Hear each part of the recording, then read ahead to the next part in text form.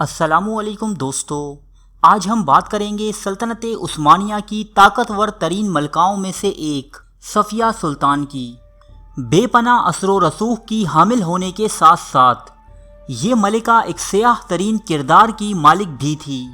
سلطنت عثمانیہ میں رشوت خوری، سفارشات اور اقربا پروری کے فروغ میں صفیہ سلطان کا نہایت اہم کردار رہا ہے۔ سلطنت عثمانیہ کی دیگر مشہور ملکاؤں کی طرح صفیہ سلطان کے آبائی وطن کے بارے میں بھی تاریخ خاموش ہے۔ کچھ مورخین ان کا تعلق البانیہ سے جوڑتے ہیں تو کچھ کہتے ہیں کہ وہ بوسنیہ سے لائی گئیں، لیکن اکثر مورخین اس بات پر متفق ہیں کہ صفیہ سلطان کا تعلق وینس سے تھا۔ ان کا اصل نام صوفیہ بیفو تھا اور یہ 1550 عیسوی میں پیدا ہوئیں، جبکہ یہ بھی کہا جاتا ہے کہ وہ کورفو کے گورنر کی بیٹی تھیں اور ان کا تعلق انتہائی امیر ترین گھرانے سے تھا، اور یہ بات کافی حد تک درست بھی تسلیم کی جاتی ہے، کیونکہ صفیہ سلطان اپنی صفات میں دوسری عام کنیزوں کی طرح نہ تھیں۔ انہیں سلطنتی امور اور شاہی دربار کی ایڈمنسٹریشن میں کمال کا ملکہ حاصل تھا، جبکہ صفیہ سلطان نے برسر اقتدار آنے کے بعد اپنے آبائی وطن وینس کو نوازنے میں کوئی کسر نہ رکھ چھوڑی تھی۔ چند لٹیروں نے آپ کو نہایت کم عمری میں ہی اغوا کر لیا اور آپ بکتے بکاتے سلطنت عثمانیہ تک پہنچ گئیں۔ آپ کو صرف 13 سال کی عمر میں مستقبل کے سلطان مراد ثالث کو بطور تحفہ پیش کیا گیا۔ مراد ثالث کے بارے میں جاننے کے لیے آپ ہماری ویڈیو سلطان مراد ثالث ملاحظہ کر سکتے ہیں۔ شاہی حرم میں داخلے کے بعد آپ کا نام صوفیہ سے تبدیل کر کے صفیہ رکھا گیا۔ کہتے ہیں کہ سلطان مراد ثالث آپ کو پہلی مرتبہ دیکھتے ہی آپ کے سنہرے بالوں اور بڑی بڑی آنکھوں کے سحر میں گرفتار ہو گئے۔ اسی محبت کے سبب سلطان مراد ثالث صفیہ سلطان کے ہر طرح کے نخرے اٹھاتے اور اسے کچھ زیادہ ہی توجہ دینے لگے۔ سلطان کے اتنے قریب آ جانے کے سبب صفیہ سلطان کا شاہی حرم میں اثر و رسوخ کافی حد تک بڑھ گیا۔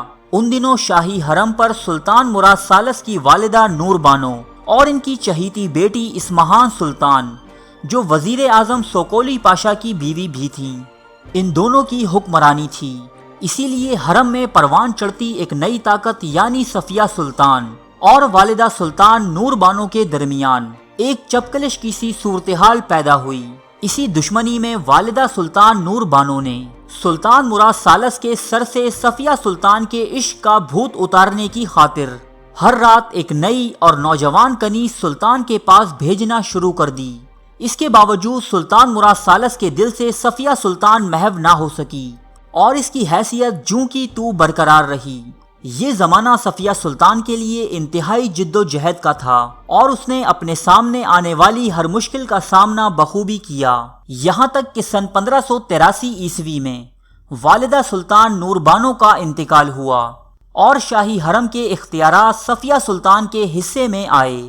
سلطان مراد ثالث کی چہیتی کنیز ہونے کے ناطے اب آپ خاص کی سلطان بنی اور سلطنت عثمانیہ کی طاقتور ترین عورت بھی۔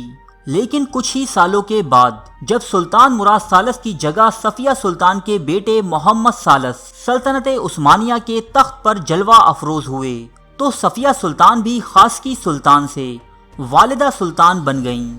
اس دور میں صفیہ سلطان شاہی حرم کی ایک ایسی طاقت بن کر ابھری کہ جس کی مثال ماضی میں کہیں نہیں ملتی تھی۔ اگر یہ کہا جائے کہ ان دنوں تمام سلطنت عثمانیہ کی باغ ڈور صفیہ سلطان کے ہاتھوں میں تھی تو غلط نہ ہوگا۔ سلطنت کے چھوٹے سے چھوٹے عہدیداروں سے لے کر سب سے بڑے عہدے یعنی وزیر اعظم، انتہا یہ کہ سلطنت عثمانیہ کے سب سے بڑے مذہبی پیشوا یعنی شیخ الاسلام کے عہدے بھی صفیہ سلطان نامی اس عورت کے ہاتھوں میں تھے، جنہیں وہ بڑی بڑی رشوتیں اور مہنگے ترین تحفے تحائف لے کر من پسند لوگوں میں بانٹا کرتی۔ ان غیر قانونی بھرتیوں کے سبب لوگ قطاریں لگا کر صفیہ سلطان سے ملاقات کے لیے کھڑے رہتے اور کچھ لوگ تو اس کی چلتی گاڑی کے نیچے آنے کو بھی تیار تھے، لیکن نوکری صرف اسی کو ملتی جو بھر پیٹ رشوت اور مہنگا ترین تحفہ ملکہ عالیہ کے حضور پیش کرتا۔ یہ بات اگر اندرونی معاملات تک ہی رہتی تو مناسب تھا، لیکن جب سلطنت عثمانیہ پر صفیہ سلطان کی عملداری اور اس کی کرپشن کے چرچے یورپ میں ہوئے تو کئی یورپی ممالک نے صفیہ سلطان کو رشوتیں دے کر اپنے مفاد کے لیے استعمال کیا، جن میں سب سے مشہور قصہ برطانیہ کی ملکہ الزبتھ اول کا ہے۔ الزبتھ اول نے بطور رشوت صفیہ سلطان کو انتہائی مہنگے ترین تحفے پیش کیے، جن میں ایک خاص سنہری بھگی بھی شامل تھی۔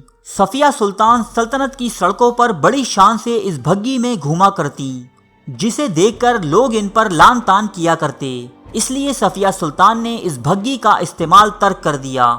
وینس کے سفیر اور حکمرانوں سے صفیہ سلطان کے خاص تعلقات تھے، جس کی ایک وجہ یہ بتائی جاتی ہے کہ وینس صفیہ سلطان کا آبائی وطن تھا۔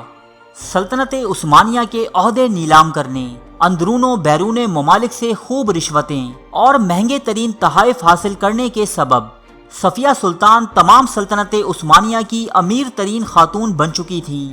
اس کے علاوہ صفیہ سلطان سلطنت میں سب سے زیادہ وظیفہ پانے والی خاتون بھی تھیں، اور حیرت انگیز بات یہ کہ یہ وظیفہ بھی انہوں نے خود ہی اپنے لیے مقرر کیا تھا۔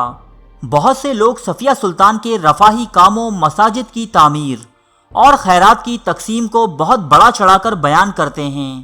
تو دوستو، اگر حرام طریقے سے کمائی گئی دولت کا کچھ حصہ کسی نیک عمل میں بھی خرچ کیا جائے تو اس کا مطلب یہ نہیں کہ تمام دولت حلال ہو گئی ہے۔ خیر، یہ ہمارا موضوع نہیں۔ سلطان محمد ثالث کا ایک بیٹا محمود، جو صفیہ سلطان کا پوتا تھا، اپنی بہادرانہ صفات کی سبب ینیچری اور دیگر عوام میں خاصا مقبول تھا۔